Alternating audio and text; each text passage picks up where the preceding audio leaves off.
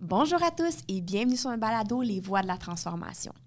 Aujourd'hui, on continue notre discussion avec Marie-Ève Bellemare et on parle d'un aspect essentiel au succès d'une transformation. À partir des résultats de ces travaux de recherche, on approfondit les facteurs clés à considérer pour inspirer une culture organisationnelle qui oriente le changement. Sur ce, n'oubliez pas d'aller vous abonner à notre chaîne, que ce soit sur LinkedIn, YouTube, Spotify ou toute autre plateforme audio. On vous souhaite une très bonne écoute.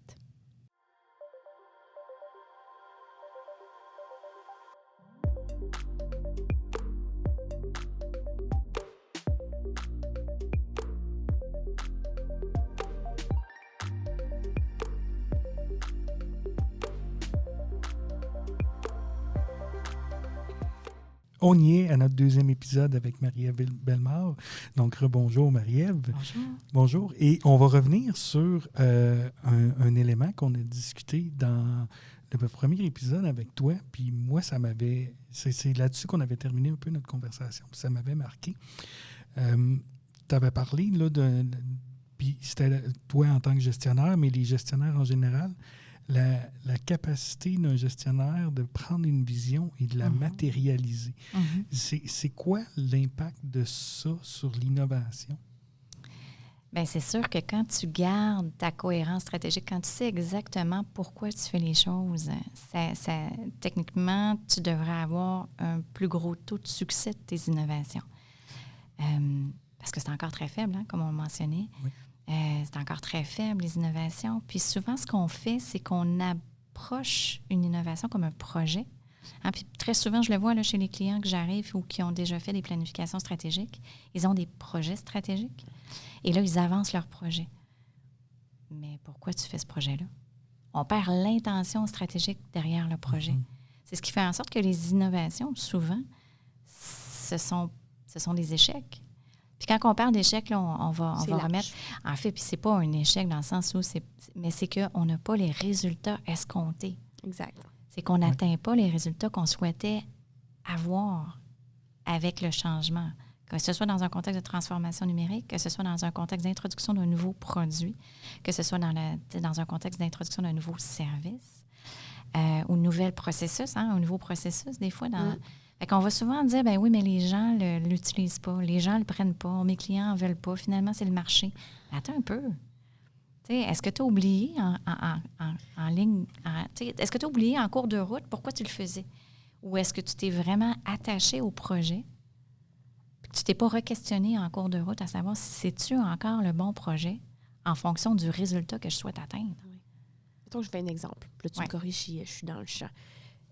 Dans notre planification stratégique, on se rend compte qu'on a de moins en moins d'adhésion de notre clientèle parce que ça l'a peut-être un peu décalé sur qu'est-ce qui est le besoin actuel de nos clients.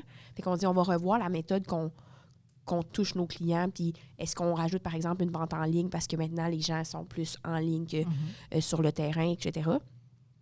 Puis là, tu tombes dans ta recherche projet qui est revoir ma méthode auprès de mes clients. Puis là, tu rencontres quelques fournisseurs de vente X, Y, Z. Puis là, tu te cliques vraiment avec un des vendeurs puis tu dis « Hey, ça, c'est parfait pour moi.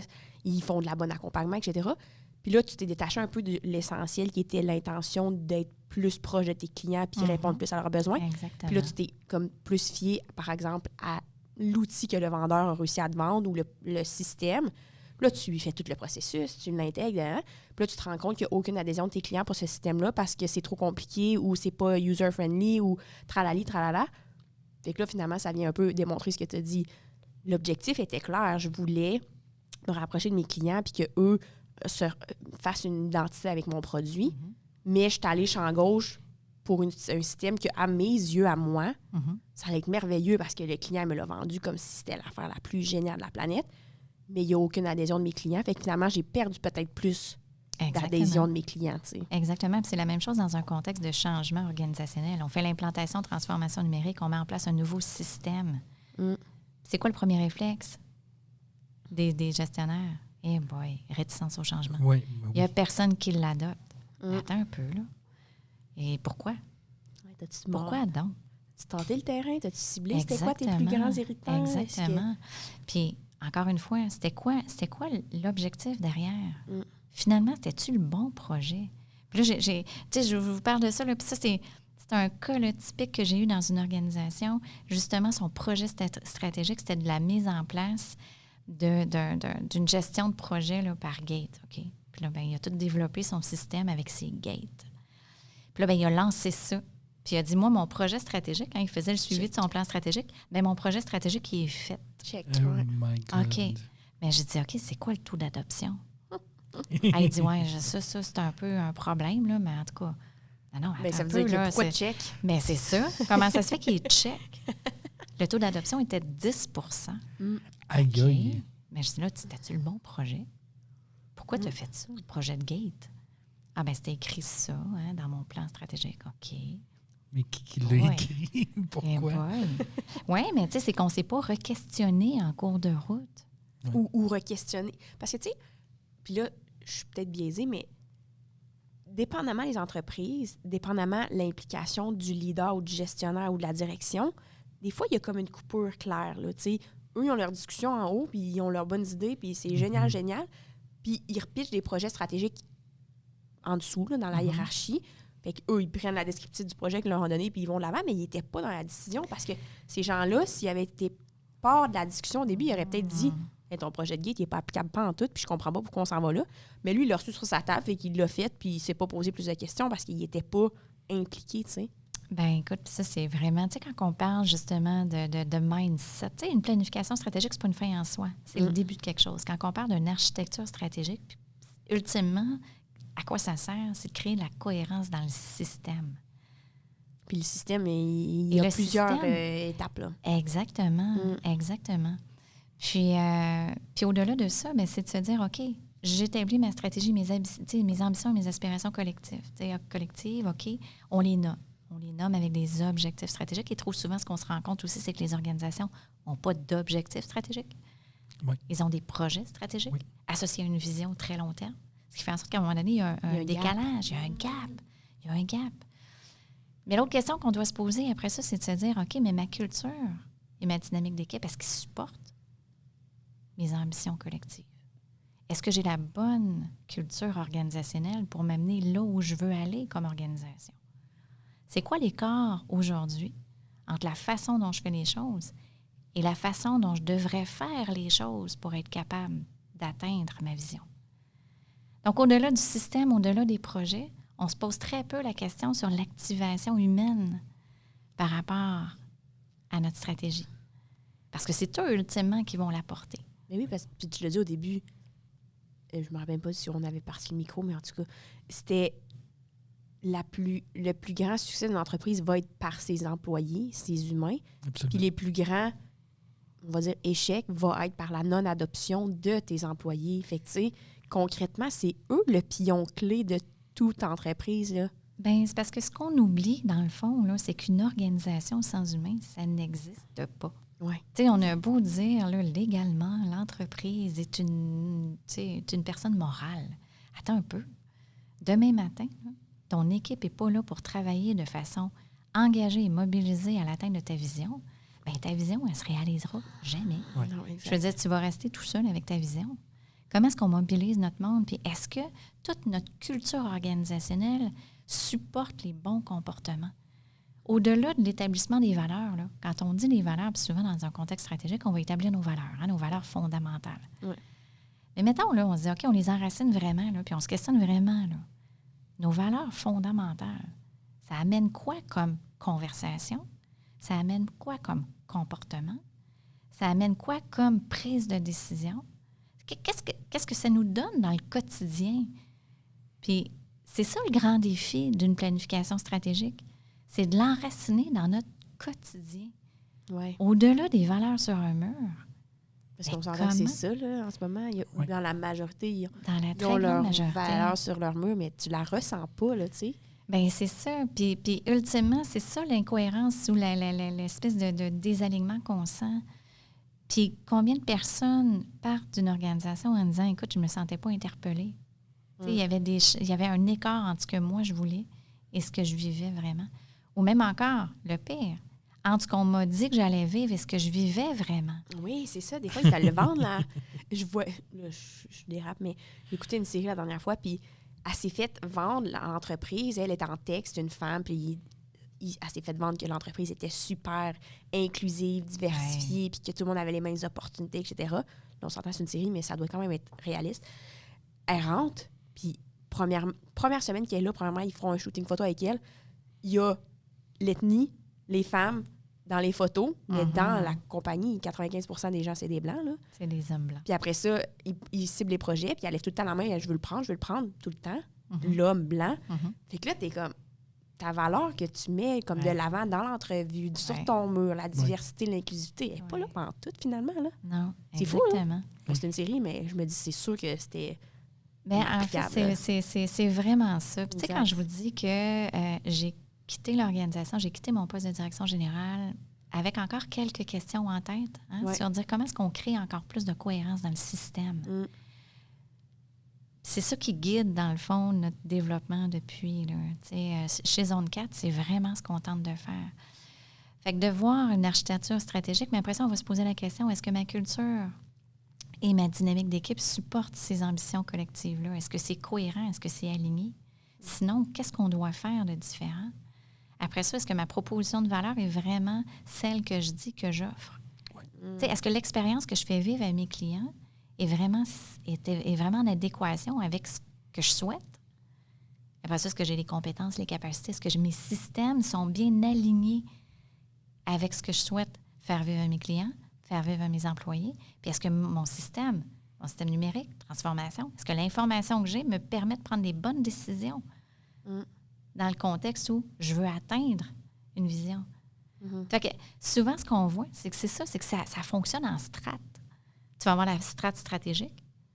Après ça, tu vas avoir le capital humain, qui est comme une zone flottante.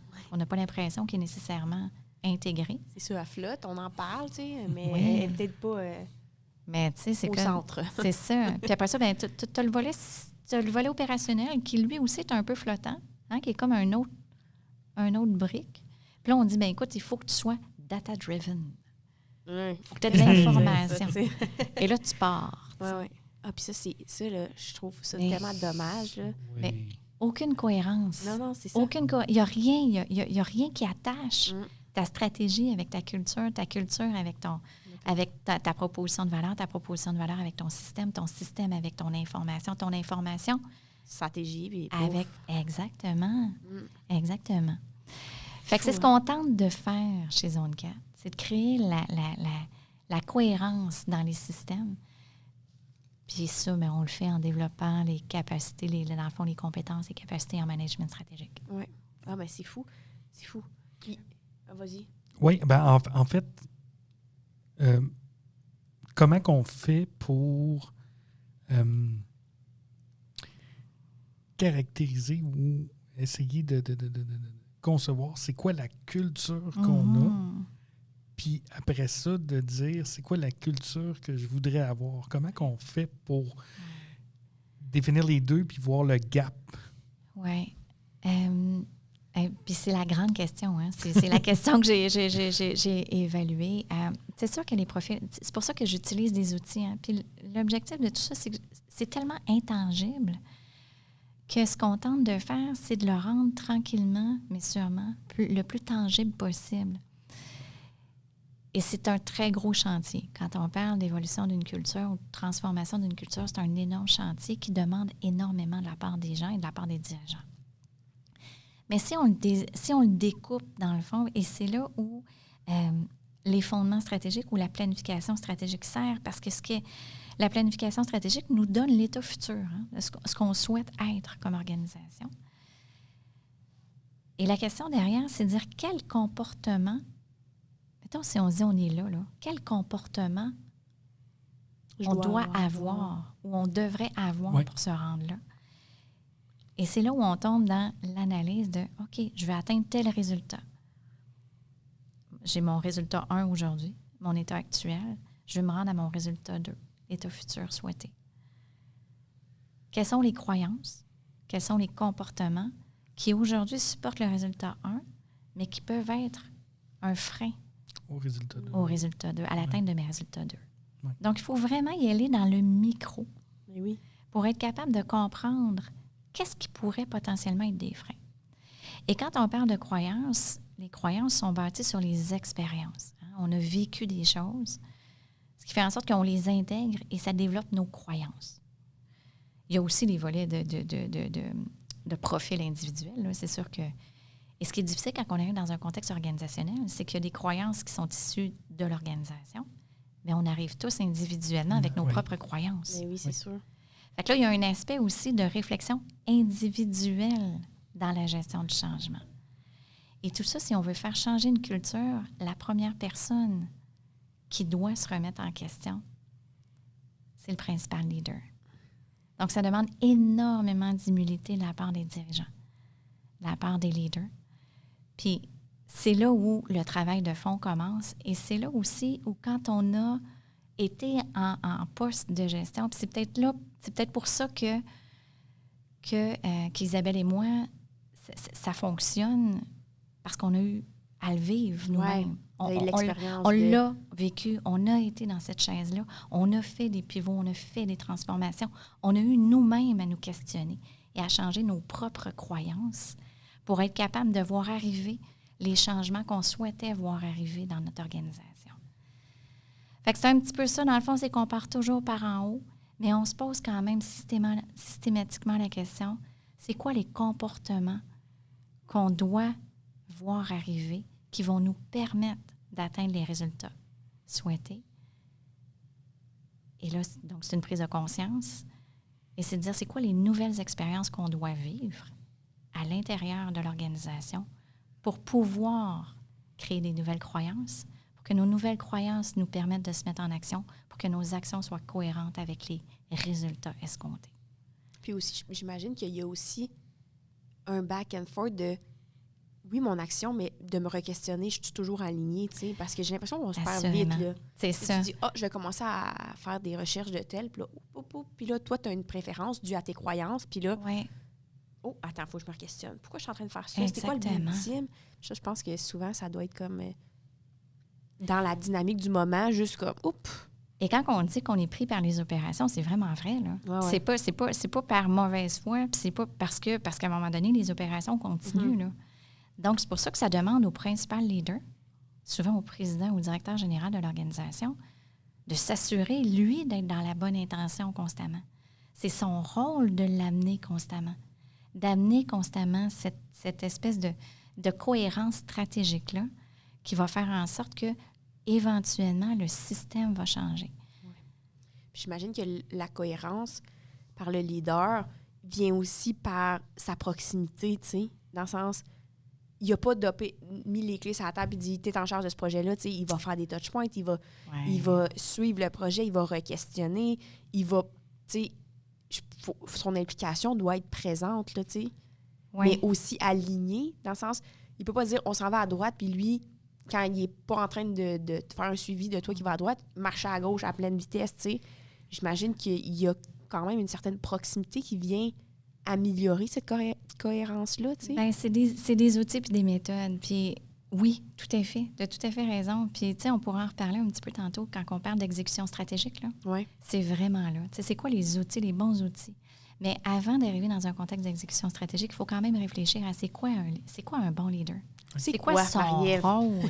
Puis est-ce que c'est une nécessité pour un leader qui veut amener du changement, d'accepter de se changer lui-même? C'est la base même. Okay. Un leader, une culture ne peut pas changer si le leader ne change pas sa propre culture. Okay. Et c'est ce qui est extrêmement difficile dans une transformation culturelle. Oui, mais c'est sûr. Puis on sous-estime ça, ce travail-là. Puis... c'est ce que j'ai eu la chance de vivre, moi, quand j'ai pris la direction générale de l'organisation dans laquelle on a eu une transformation de culture. Le principal dirigeant, le propriétaire, a eu une humilité extraordinaire. Donc, il m'a vraiment donné les clés de son organisation, les rênes de son organisation, et il a dit, je comprends que j'ai à faire un travail personnel avant de pouvoir reprendre les rênes de mon organisation et l'amener là où je veux l'amener.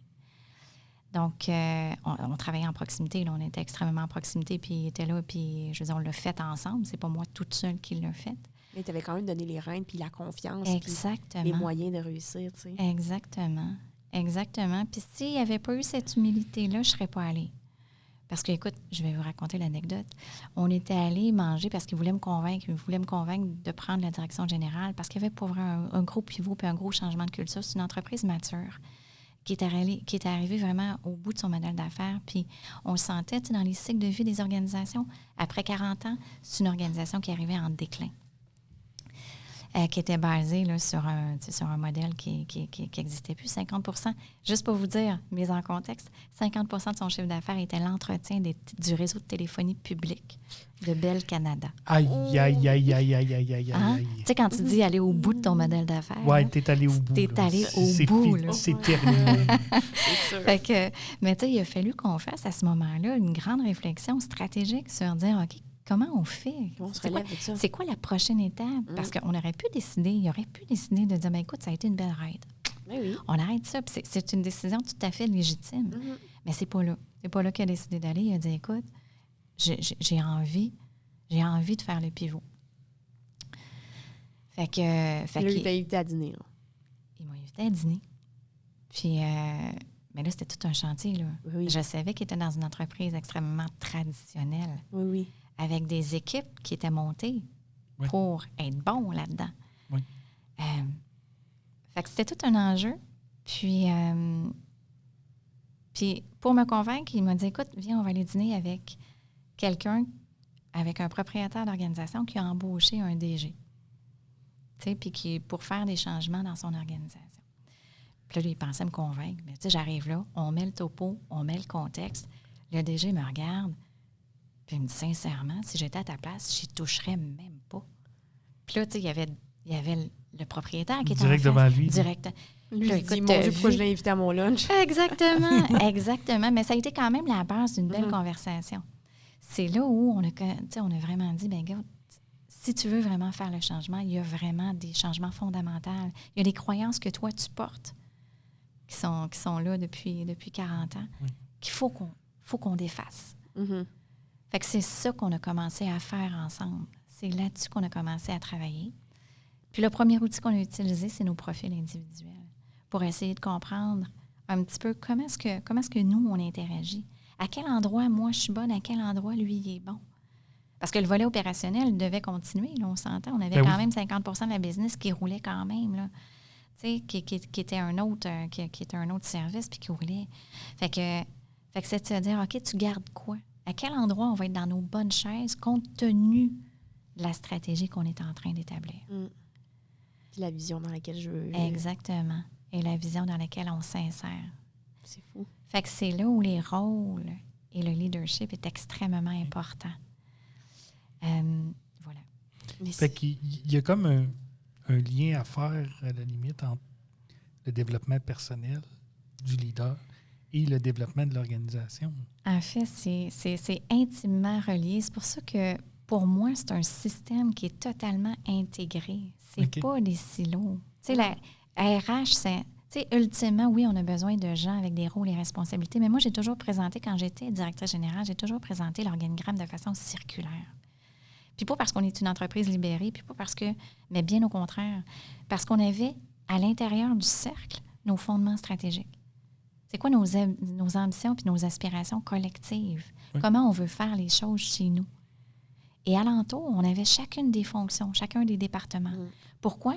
Parce qu'ultimement, on a juste des rôles et responsabilités qui sont différents, mais on travaille tous pour la même affaire, pour les mêmes objectifs. Et c'est ça qu'on oublie trop souvent. Fait que c'est là où c'est important de comprendre dans quoi on est, puis de créer cette clarté-là. Et cette clarté-là, créer la clarté dans le système, bien, ça appartient au leadership.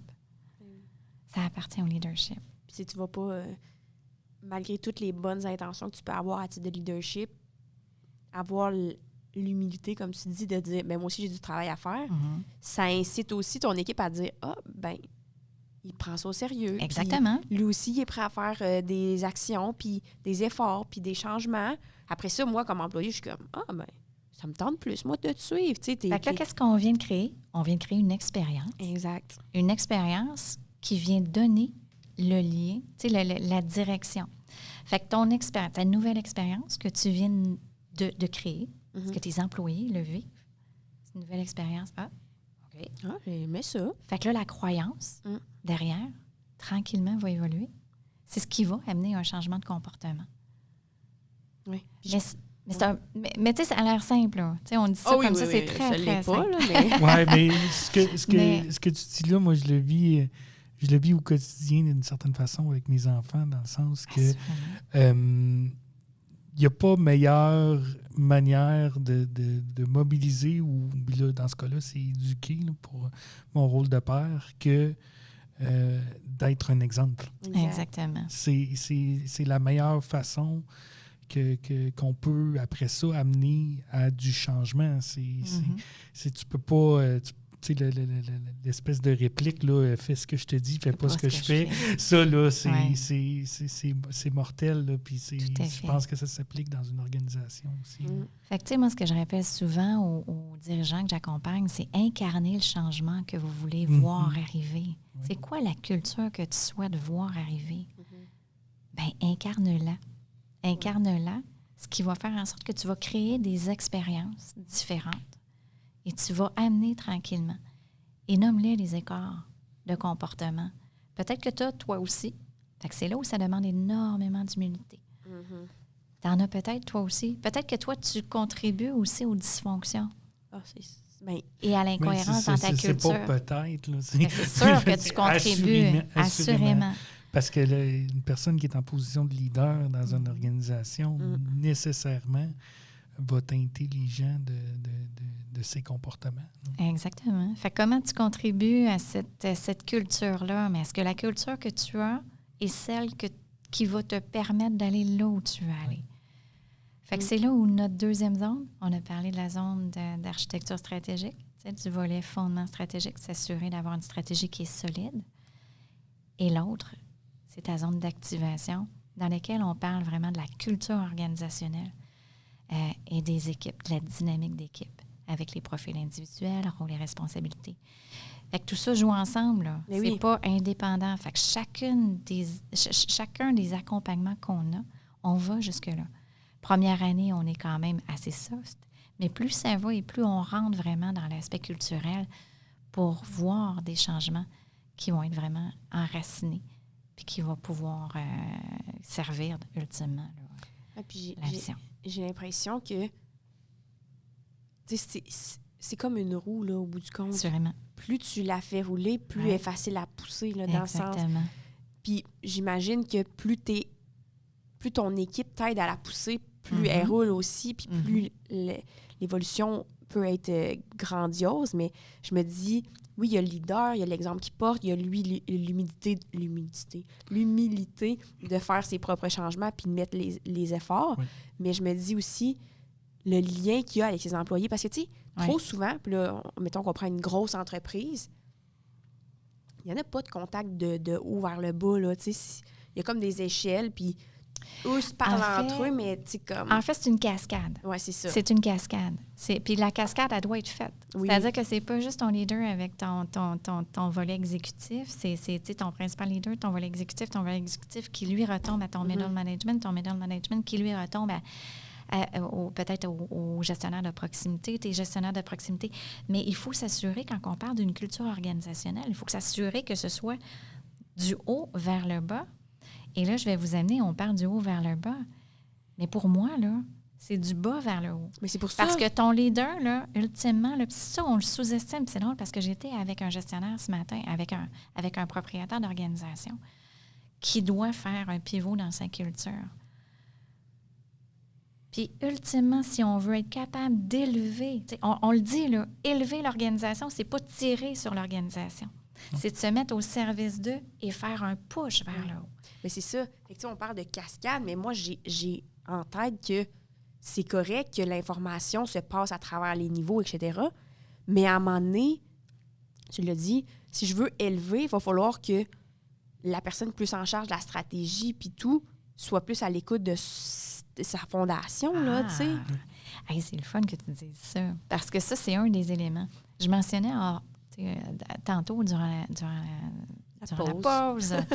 Durant la pause, je mentionnais que l'approche qu'on a, c'est une approche qui est extrêmement rigoureuse. Ouais. Mais un des éléments qui demande beaucoup, justement, beaucoup de travail, c'est la phase en amont de notre approche, qui est tout ce qu'on appelle le bilan état des lieux. Okay. Où on fait vraiment un exercice extrêmement rigoureux et très lucide de l'état dans lequel on est, du bilan de l'organisation. Et quand on fait un bilan, on n'est pas dans un contexte de jugement, on est vraiment dans un contexte de constat. C'est un constat et on touche toutes les strates de l'organisation. Donc, on a vraiment développé en cours de route des outils différents qui vont venir nous donner différents niveaux, hein? Mais on parle à 100% des gens, des parties prenantes de l'organisation. Que ce soit la personne qui est sur la chaîne de montage, jusqu'aux actionnaires, jusqu'aux clients et partenaires. Donc, on va vraiment faire un constat, un bilan de l'environnement interne et externe. Et ça, cet outil-là, on l'aime beaucoup, on l'appelle la voix de l'équipe. C'est un questionnaire qui nous permet, c'est des questions fermées, mais aussi des questions ouvertes, qui permet vraiment de donner une voix à tout le monde dans l'organisation et de dire quelles seraient ses priorités. Parce que, comme je vous le mentionnais tantôt, le volet opérationnel doit venir supporter la stratégie. Et la stratégie doit venir influencer le volet opérationnel. Fait qu'il faut s'assurer qu'il y a une cohérence. Fait qu'il faut aller la chercher, cette information-là, terrain. Et c'est vraiment très drôle parce que, tu sais, on parle de ça. J'ai fait une planif avec un client chez qui j'ai fait la voix de l'équipe. Puis, ce client-là, il est sur le CA d'un autre de mes clients chez qui j'ai commencé une planification stratégique. Puis la seule et unique question qu'il a posée, c'est est-ce que tu as la voix de l'équipe dans ton approche? Ça a été tellement riche pour lui de comprendre vraiment, puis avec des questions neutres. Tu sais, t'as pas de... C'est moi qui présente l'information, c'est nous qui présentons l'information. Donc, on n'a pas de jugement derrière. C'est factuel. Puis on les explique pas non plus. On les recadre pas non plus. Parce qu'encore une fois, quand toi, tu es dirigeant puis que tu t'en vas voir ton monde, c'est comme si là, tu y allais avec tes propres perceptions, ta propre compréhension de la situation. Mais là, c'est totalement neutre. Fait qu'on leur donne une voix dans le processus. Je pense que c'est essentiel, là, dans le sens, tu l'as dit, si je veux élever, ça veut dire que je peux pas être juste en haut puis me dire que mon idée, c'est la bonne, là, tu sais. Exactement. Fait qu'on se met vraiment au service. Puis moi, j'ai même des clients, parce que ça, c'est des choses que je fais, parce que encore une fois, tu dis c'est des tours de roue, hein, c'est une roue, mais c'est des tours de roue. Oui. Donc, quand on parle de révision stratégique annuelle, c'est qu'on revoit aussi, est-ce que je crée de la cohérence dans mon système? Est-ce qu'à chaque tour de roue supplémentaire, je suis encore alignée? Est-ce que j'ai encore du bruit à certains endroits qui fait en sorte que je ne suis pas capable de gagner vraiment une vélocité, de gagner en vélocité? Qu'est-ce qui pourrait faire en sorte? Quels sont les freins qui existent encore, qu'on doit lever cette année pour être capable de gagner encore plus en vélocité? Puis se diriger encore plus rapidement vers notre vision. Fait que, mais moi, j'ai des clients qui l'utilisent. Écoute, j'ai des clients que ça fait 5 ans qu'ils l'utilisent. Et c'est vraiment drôle parce que j'en ai une là, qui l'a présenté, puis qui a présenté l'écart entre, ce qu'ils avaient donné comme résultat l'année passée et tout le travail qu'elle avait fait en cours d'année. Puis elle dit, tu sais, gang, puis là, on voyait les résultats de cette année. Puis elle dit, tu sais, gang, moi, là, pour moi, c'est mon bulletin. Si vous êtes en train de me dire si je fais ma job correctement. Hey, tu sais, quand on parle d'humilité, là, c'est cool, très fort. C'est hot, hein? Puis, tu sais, j'imagine que juste de dire, bien, pour moi, ça, c'est mon évaluation. Puis c'est sur ça que je vais baser si mes efforts étaient valides ou pas valides. Bien, c'est de refaire un touchpoint puis de dire, hey, je me remets, puis j'ai peut-être pas... Sur cet aspect-là, j'ai visé juste, mais sur cet aspect-là, il m'en manque encore un peu parce que j'avais peut-être pas assez bien compris leur vers leur vraie demande, puis de réajuster. C'est fou, là, tu sais. Exactement. Fait que si tu le refais à chaque année, puis que tu mesures, écoute, c'est quoi l'expérience que tu crées? C'est quoi l'expérience? C'est quoi les croyances que tu développes chez tes employés? Ma parole est importante. Ce que j'apporte sur la table, c'est entendu. Mais c'est entendu, c'est ça l'affaire. C'est plus tu fais des liens, puis tu fais des efforts, puis tu revalides avec eux si l'effort que tu as mis est aligné avec ce qu'ils espéraient de toi, bien, tu t'assures que leur expérience est bonne. Mais tu sais, mettons qu'on va à l'opposé, c'est pas les voix de l'équipe, t'as dit? La voix de l'équipe. Ouais. Mais, OK, ben moi, chaque année, je vais faire un sondage de satisfaction. Puis, je vais me taper dans le dos pour me dire que les gens l'ont répondu. T'as manqué le point, là, tu sais. Tes employés, si ils veulent que tu les écoutes, ils vont potentiellement prendre le temps de bien le remplir. OK, il va tout le temps avoir quelques... on en a tout le temps du monde qui répond un peu à tâtons, mais toi, comme gestionnaire ou comme propriétaire, c'est quoi que tu fais de ces résultats-là? Tu te dis-tu, yes, mon équipe a participé, puis j'ai une bonne équipe, tu sais? Ou est-ce que tu te poses la question sur les 2-3 personnes qui ont été vraiment honnêtes puis qui sont comme, ça, c'est un irritant, ça, on pourrait s'améliorer? Ou tu les tasses la main? Est-ce que tu te donnes la table dans le dos parce que tu as fait faire un sondage de satisfaction? Ou est-ce que tu te donnes, pour utiliser l'expression, un coup de pied dans les fesses pour te dire, hey, je vous ai entendu, puis il va y avoir un changement sur cet irritant-là, tu sais. Mais quand on parlait d'humilité, là, parce que c'est douloureux faire ça. Mais oui. C'est douloureux faire ça. Tu sais, les premiers sondages puis que tu reçois, là, puis qui ne sont pas satisfaisants, là. Parce qu'il y a des questions qui sont quand même assez touchées, dont la dernière qui est, est-ce qu'il y a des tabous puis des non-dits dans l'organisation? Oh my God! Mais il faut ouvrir. Ben oui. Si on veut voir une réelle transformation de l'organisation, il faut qu'on aille jusque-là. Oui. Fait que quand on parle d'humilité du dirigeant puis que le dirigeant doit porter la culture qu'il souhaite voir arriver dans son organisation, on va jusque-là. Oui. On va jusque-là. Mais c'est en tout cas, ouf. Hein? Oui. Et si on veut développer une culture d'innovation, ben on n'a pas le choix de se remettre en question. Oui, parce que ça fait partie de l'identité de l'innovation, je pense. Parce Exactement. Que si je reste les 2 pieds collés dans le béton, je vais manquer le bateau. T'es dans le statu quo. Exact. T'es dans le statu quo. Est-ce que tu as d'autres choses à nous dire par rapport à l'aspect culture organisationnelle ou ça fait pas mal le tour? Ben écoute, je pourrais en parler une soirée complète, merci. Non, mais je pense que là, pour le... Tu sais, je pense qu'on a quand même... on a dit des bonnes choses, tu sais. L'importance du leader dans ta culture, de défaire aussi les croyances puis de donner le temps aux gens d'établir cette nouvelle croyance-là par rapport aux nouvelles expériences, puis, les cycles, tu sais, puis d'incarner son changement. Et d'incarner son changement. D'incarner son changement, puis d'avoir l'ouverture puis l'humilité de se changer soi-même en tant que leader pour amener les autres au changement. Ouais. Hey, ça, c'était la conclusion de mon mémoire de maîtrise. Merveilleux, merveilleux. Vraiment, oui. Hey, c'est fou, hein? C'est le fun de penser qu'on apprend, nous aussi, puis qu'on est capable de mettre en application des trucs. T'sais, parce que moi aussi, dans ma recherche, je me disais, c'est cool, maintenant je sais, mais de voir que je peux continuer de croître puis de m'améliorer avec ce que j'ai appris puis pousser mes limites, j'ai l'impression que c'est un peu similaire, tu sais, toi. Puis, tu sais, de tout le temps de se questionner à savoir, j'ai-tu manqué un bout ou est-ce qu'il me manque un aspect ou est-ce que je peux faire mieux quelque chose? Est-ce que je peux apprendre de quelqu'un d'autre par rapport à l'expérience que j'ai vécue en entreprise? Fait que, en tout cas, je trouve que ce bloc-là était très, très enrichissant parce que autant au niveau de la transformation numérique, de l'innovation, des changements en général, je pense que la culture organisationnelle d'une entreprise, c'est la clé. Ça peut être un frein ou un accélérateur. C'est ça. C'est vraiment... C'est ça qui va créer le mouvement ou le non-mouvement. C'est ça. Tout à fait. Fait que je pense que c'était vraiment enrichissant. On a encore une dernière épisode avec toi qui va être publié dans 2 semaines. Donc, n'hésitez pas à rester à l'affût de cette prochaine sortie. On vous dit un énorme merci aujourd'hui aux auditeurs qui nous ont écoutés. Nous, on a appris beaucoup. On espère que vous aussi, vous avez appris. On vous invite à vous abonner, bien sûr, à nos plateformes et à partager en grand nombre si ça peut faire une différence à des gens que vous connaissez. Donc, on vous dit à bientôt.